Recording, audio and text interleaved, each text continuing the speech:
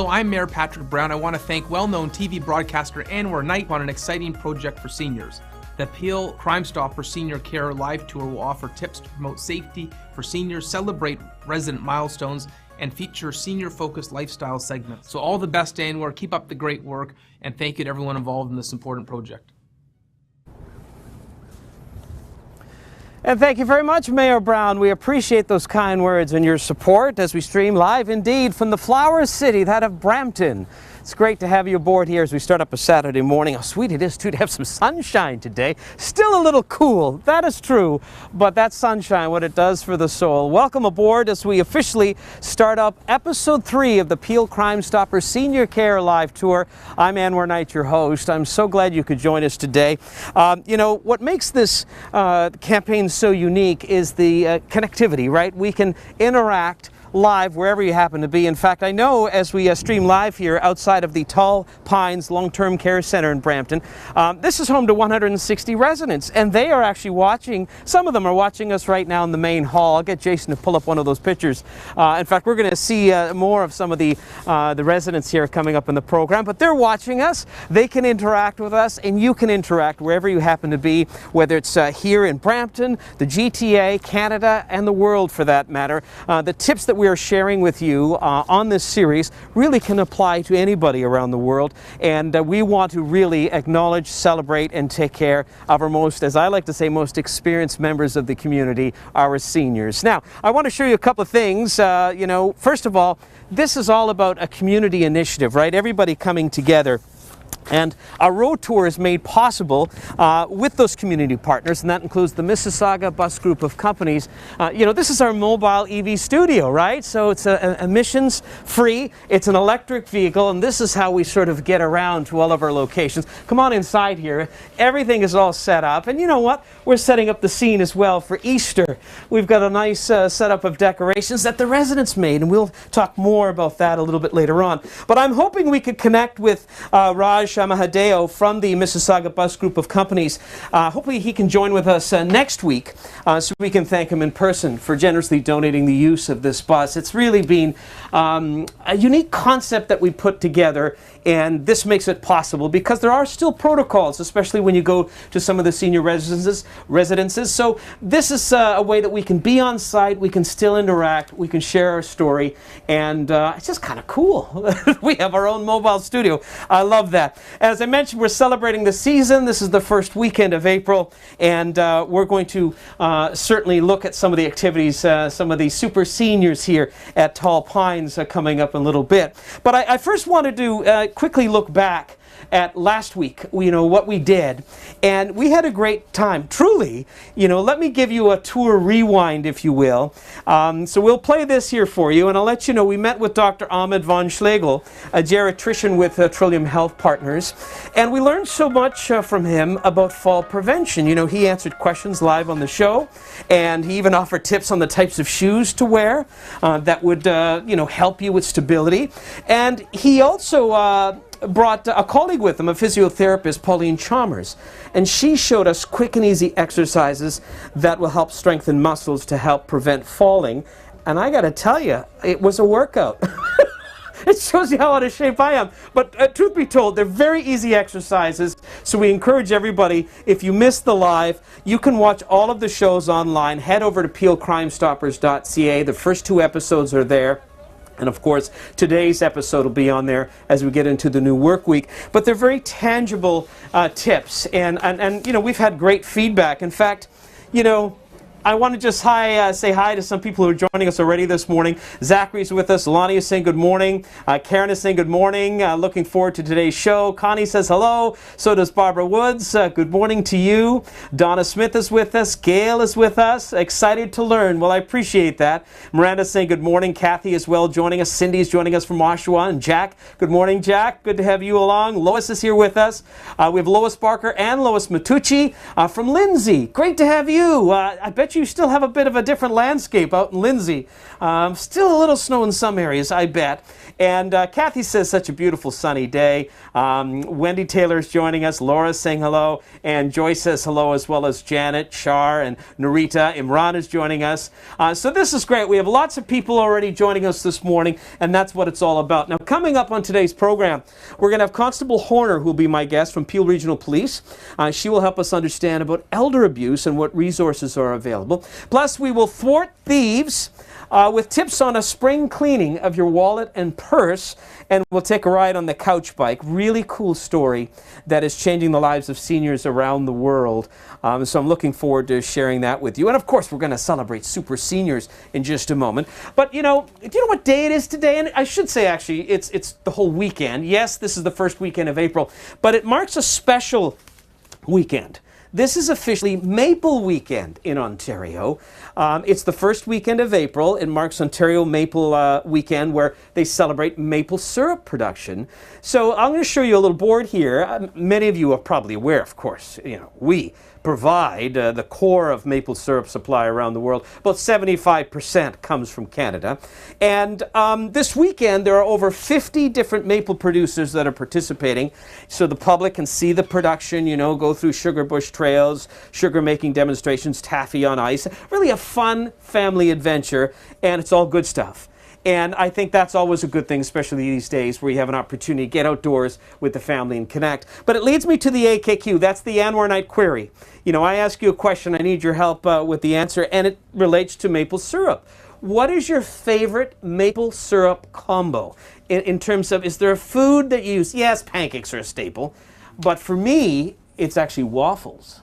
And because it has those little reservoirs where you get that liquid gold, it's like extra, right? Because it pools in the little squares. Ricardo on camera, maple syrup combos or anything that... Ribs. Ribs? It's so good. It's so good. Sign me up, I'm there. Vern? I just discovered it on oatmeal. Oh, yeah, that's a staple. Oh, absolutely. Richard, I'm afraid to ask. French-Canadian French toast. French toast, yes. Oh, I might have to change my answer. So that's the question I have for you today, my friends. Lonnie says French toast. Kathy says we had maple syrup this morning. There is nothing better, and she adds the A. So that's the question for you today. We'll have some fun with that. And it's all Canadiana. That's the beautiful thing about it. Okay, so I want to celebrate our super seniors. And as we indicated, we have some decor that has been created, and we wanted to showcase some of that. And they're setting up for the Easter holiday. And I wanted to share a little bit of a video with you and introduce a couple of people here.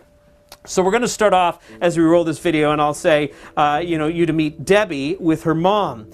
And in this video, the picture's on the left. So that's Debbie and her mom, and she helped organize an Easter craft session with the team at Tall Pines, so it's great to have family involved. And clearly a very talented group as they put on the finishing touches to Easter wreaths and also centerpieces. And well, I guess the smile certainly says it all, and it is nice to be able to get together in small groups and connect over a fun activity. I also wanted to share some pictures from their drumming circle.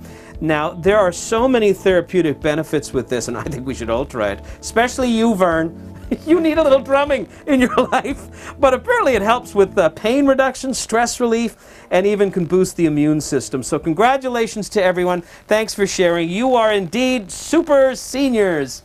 All right, great stuff. So we are officially underway, episode 3 of the Peel Crime Stoppers Senior Care Live Tour. And just before I get into our first guest, I'm going to add in a couple more on the AKQ. Barbara says over maple sausage. Lois says French toast and ice cream. Also Imran says Jakeman's Maple Products is the largest producer of maple syrup in Ontario, and my favorite. Love to drizzle this. Oh, barbecue salmon. Oh. Yeah, I agree. I agree. I think we need to do a brunch special. I mean, these are some great answers. Well, good stuff. We'll continue to connect. But I want to welcome my very first guest here.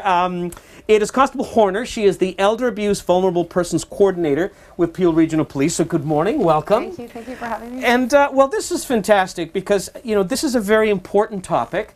And in some cases, it's hard to talk about. Absolutely. But, you know, the key is awareness. So we're hoping we can impart some tangible information here because it's about taking care of one another. So maybe we could start right at the beginning and explain a little bit about what elder abuse is. I know it can be broken down into a number of different scenarios, so maybe you can sort of, you know, pepper through some of these that we can relate to. Sure. So elder abuse is a single act or repeated acts or lack of action within a relationship where there's an expectation of trust that causes harm and distress to an individual.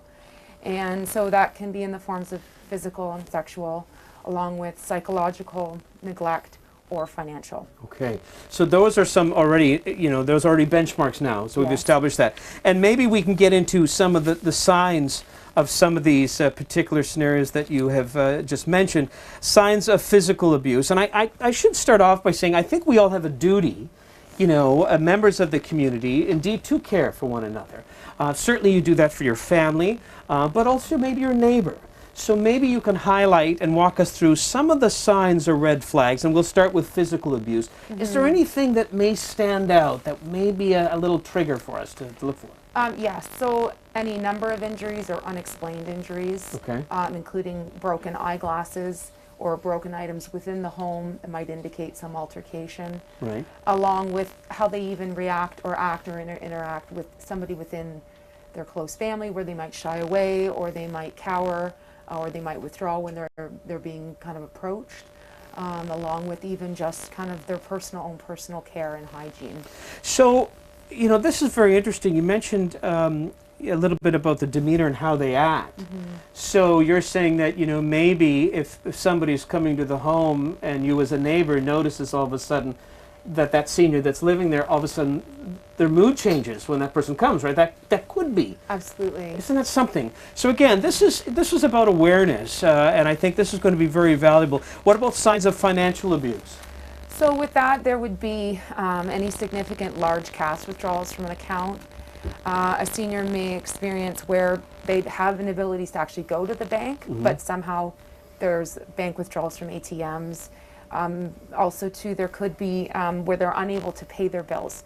So they may be a resident somewhere and there is somebody that's acting as their power of attorney and no longer can pay bills when there was subsequent plan in place for financial support.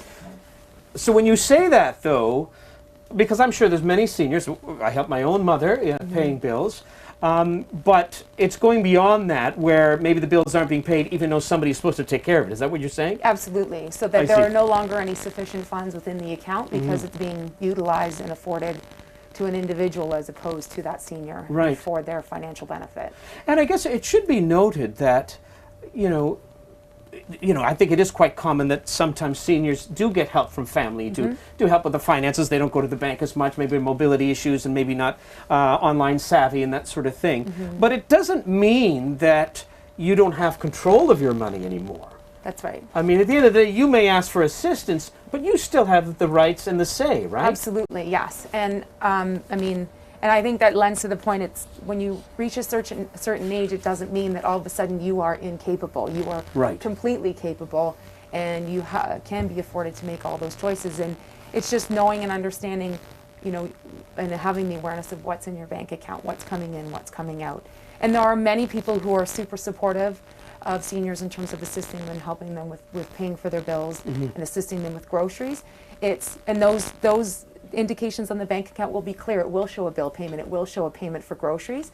But it's kind of large, unauthorized or unknown cash withdrawals that can be somewhat of a red flag. You know, you were just talking about the banks and the statements, and Laura's asking a question. In terms of financial abuse, does the bank have any way to flag these issues? Could you set up something like that at the bank? Absolutely. You can put alerts with bank staff, especially if there is a senior or an individual who might have been a victim of some form of a scam or fraud, which I know you have spoken about, where you want to protect them from, again, approaching the bank and making those large withdrawals. So you can put flags on there. And family members can be appointed as a power of attorney on that account. So there is that awareness when there are those attempts being made that it alerts somebody, and then those protections can be put in place. Well, that's great. I just want to connect again. Liz and Nora is saying, thank you for addressing such an important issue. We should respect and care for our elders. And you're right, we do have a duty to support them. And I think, yeah, you know, sometimes it's a given in terms of our family, although sadly, sometimes family is part of the problem. But I think as neighborhoods, right, we have to look after one another. And you may be, you know, the one link, maybe as seniors living at home alone, for the most part, you could be the eyes and ears and say something isn't right here, right? Like maybe with physical abuse or something like that.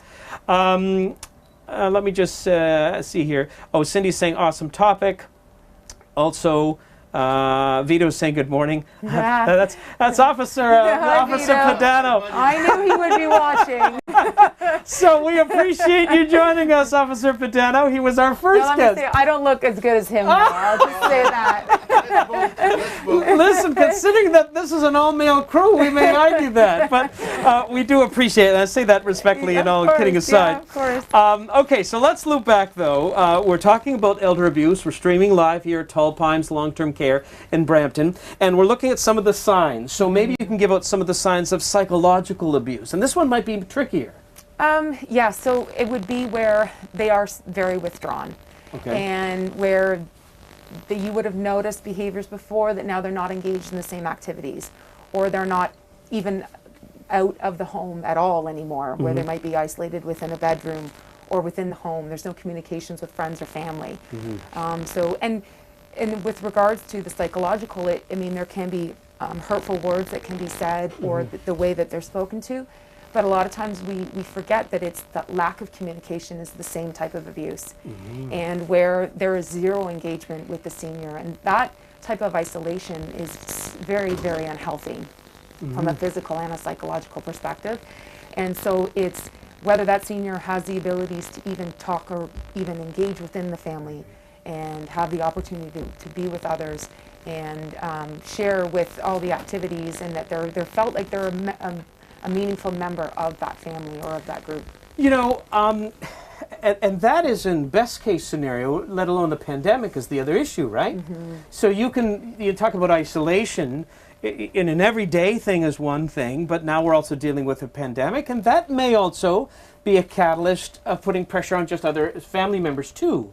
So that means, you know, there are resources available, and a lot of people may be, you know, maybe fearful of reaching out for some help. But this is another point here that we want to get out there, is that there are many resources that are available to help. Maybe you personally, also for caregivers to reach out. And I wanted to highlight some of them. So we had a discussion previously, and maybe I'll list them and you let me know what they do, and we'll bring up this board with the contact information. So first thing we should point out that, of course, if it's an emergency, you call police. Absolutely. Right? If somebody's hurting you or something's going, you know, that's happening right then and there, you never hesitate to call police. That's why you're here, right? Absolutely, yes. Yeah. And then we have the Elder Help Peel program at 905-457-6055. So what do they offer? So they are seniors, and so seniors helping seniors, and they have a number of programs to help support, whether it's activities or other engagement, but it's a community kind of wraparound service, seniors helping seniors, to just improve and keep continuing on, you know, having a very happy life. And I think it's important that the mentorship is peers then, right? Yes, absolutely. So they could relate. So I think that's a great resource. Then we have the Canadian Mental Health Association, the Peel Dufferin 24/7 crisis support line. So that's 24 hours a day. Yes, and so where you can speak about all the things that might be occurring, and they can then afford any supports or resources that are in place in terms of helping those circumstances and those needs.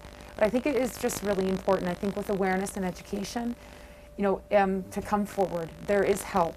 There are people, and there's, along with police, there are so many resources that are there to help seniors, and it's just knowing and understanding those resources are out there, and to please call. And we can make sure that you are in a position, in a condition where you are flourishing and you are healthy and happy and everything is fine. And I think sometimes it's human nature. We think that, you know, I don't need help, or I'm ashamed to admit that I need help. I feel weak. But the whole idea about having resources is also to empower you. Yes. Right, and you've highlighted, like the crisis line 24/7, you know, maybe you just need to talk to somebody because you have been isolated. Yes. And you're having some things going on in your mind, especially if you're a senior, where you may not be mobile to get outside as often, right, to breathe some fresh air. So that's important to note. Now you also have the senior safety line. And this is more of a reporting line, is that correct? Yes, and it's 24/7 as well, and then they do offer in a number of different languages. So I think that addresses the barrier there too that people might feel that exists, but they do offer it in a number of different languages as well. So it is again a resource to call where you can talk to somebody and you can make these reports, and then things will be put in place in terms of trying to address it. Would this be the line to call if I am a neighbor and I see something that I think it just doesn't seem normal to me? Would that be sort of the line I call, or do I call police? Like if I'm concerned for my neighbor, I don't know for sure. Yeah. So if you want to contact police having concerns with your neighbors and you want to remain in contact with police and afford us information in a statement, then yes, absolutely call us. But if you want to remain anonymous, then Crime Stoppers is another alternative as well, as you know, through their program. Sure. You know, obviously, as a victim of a form of abuse, Crime Stoppers is not the place to call. It's important that you do call police or you call some of these safety lines. Right. But as a complainant and a neighbor or somebody that has some awareness and you do want to remain anonymous, then Crime Stoppers is also a great alternative. And I think at the end of the day, take the first step and reach out. You know, maybe it turns out to be nothing. Yes. Maybe it is something. Yes. And by reaching out, you know, the variety of the channels that you outline, you will be steered through to say, okay, well, let's get more information. Maybe, you know, we're going to proceed. We'll also enroll the police in this or what have you. But I think you need to follow your gut. And if you're a senior yourself, never feel ashamed to reach out. No. And I think, you know, this is maybe the takeaway here is that, as I'm getting from what you're saying, when it comes to elder abuse, it's really about that imbalance of control, where somebody is trying to make you feel powerless. It could be physically, it could be emotionally, and they want to coerce you, whatever it is. That is not a natural part of aging. No. Right? No. And I think, too, some of the circumstances where, and we talk about neglect as a form, that it may be that the people that you are living with or with, they don't have the appropriate resources for your care. And so that's where then we can put those resources in place. We can make those referrals and connections to ensure that those physical needs are met, so that their medications are being taken, that, you know, their hygiene and all of these other, their food needs. So having to remember that too, that even as a community member and as a neighbor, you may have a senior who is isolated, alone, living alone, may not have the resources for food, transportation, getting to medical appointments. There are so many wonderful community resources that can help with that. So I think it's the overall care, and if you're identifying somebody who is struggling, that there are resources and we can help them. Well, and we've certainly highlighted some of those, and we'll certainly have all of this information on the Peel Crime Stoppers website as well. I want to thank you. I think this has been really beneficial. It's been very informative. Constable Jennifer Horner has been my guest. She is the Elder Abuse Vulnerable Persons Coordinator with Peel Regional Police. And you guys have been wonderful partners in what we're doing here with this initiative. So we appreciate your time. Thank Officer you. Padano, who joined us. And we're going to have another one of your colleagues next week. You talked about language barriers. We're going to talk a little bit about diversity next week. Great. You know, the fact that emergency resources are available in so many different languages, it's important. You know, it's about being stronger and safer together as a community. So thanks again. Thank you for having me. I appreciate that. Wow, that's great stuff. So we have a number of people that are joining us here. And Narita says, by the way, your topics are very helpful for seniors like me. Good work. Giselle says, good morning from Burlington, a very needed topic. And Laura says, so glad to know there are supports. So thank you, Constable, which is just terrific. Okay, so you know what we're going to do now? We're going to do some spring cleaning. And there's no vacuum required for this because we're doing some cleaning in your wallet or purse. We're going to help you thwart some thieves. So we've set up a little bit of a display here, and you know, right off the top, I'm going to admit that I'm guilty of this too. I keep a ton of stuff in my wallet, but I'm reminded every time I hop into my car, you know, to take my wallet out, otherwise I'm sitting on a big speed bump. But the benefits of regularly cleaning it out is that it helps manage the risk of identity theft and potentially can control the loss of funds if it's stolen or lost. And that's what it's all about, reducing the stress. So I wanted to highlight some tips. So we're going to start off with our very first tip.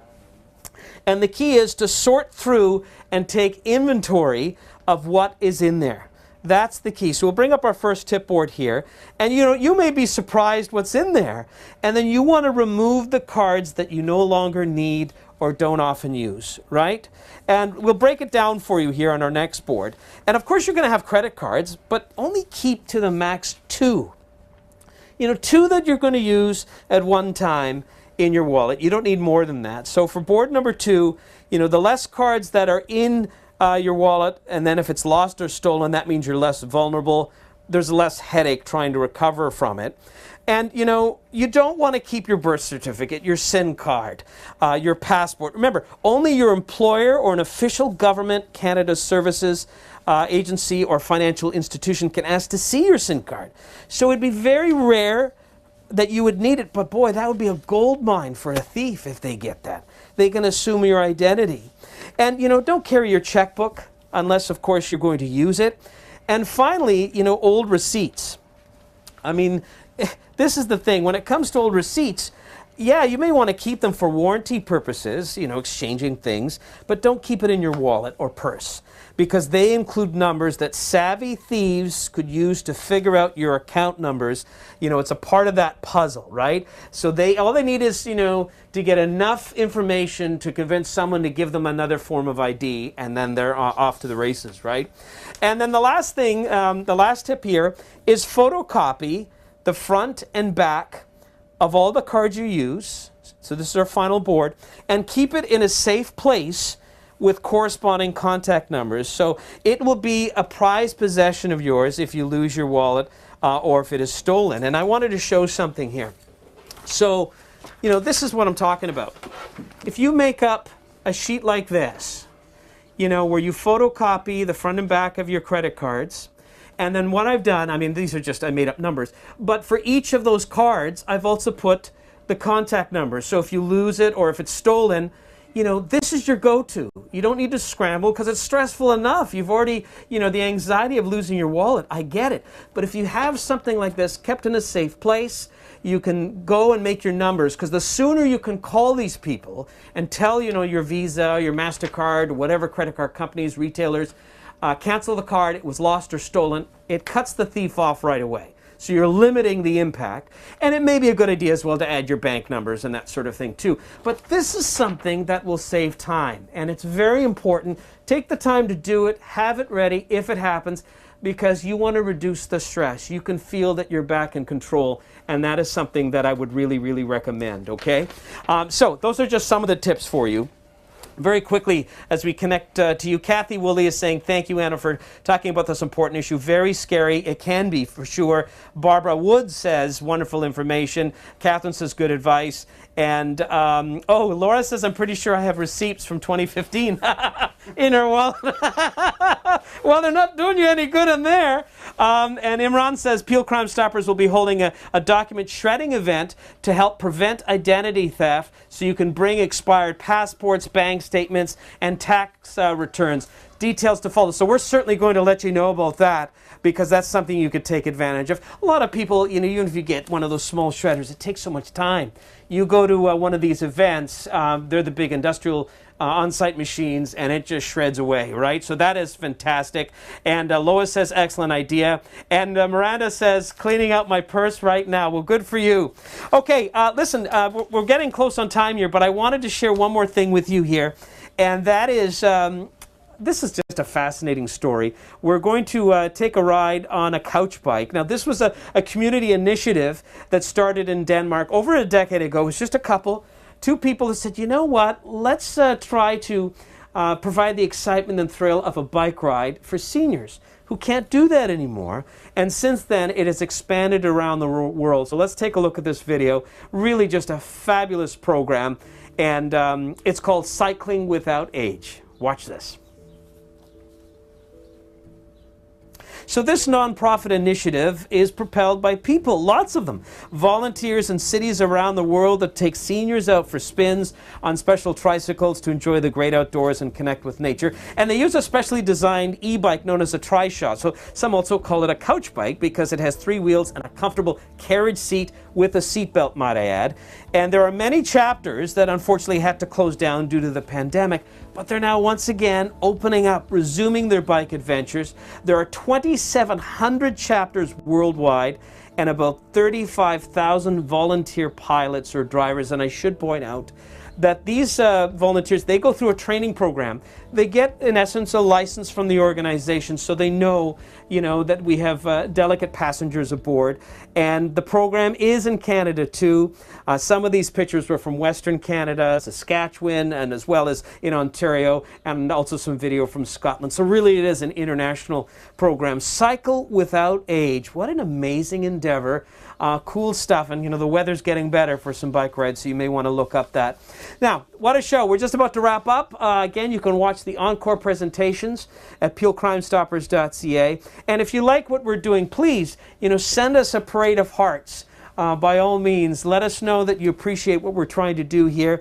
And most importantly, tell a friend, share this. Because ideally, it's a unique experience. We can have some fun, but also learn. So learn and laugh. And I think it's very important these days, because we're often disconnected. But I encourage you to do that. Next week, as I mentioned, we'll have our final show. We're going to have tips on door-to-door sales scams, and also we're going to be highlighting Peel Region's emergency services that really are available to everyone, no matter what language you speak, and that is important. We're blessed with some of the most diverse communities literally in the world, so I'm looking forward to sharing that with you as well. That is all, my friends. I want to thank you for joining me. I'm Anwar Knight. I look forward to having your company again next week for episode 4 of the Peel Crime Stoppers Senior Care Live Tour. Have a wonderful weekend. Enjoy the sunshine. Thank you, everybody. Bye-bye.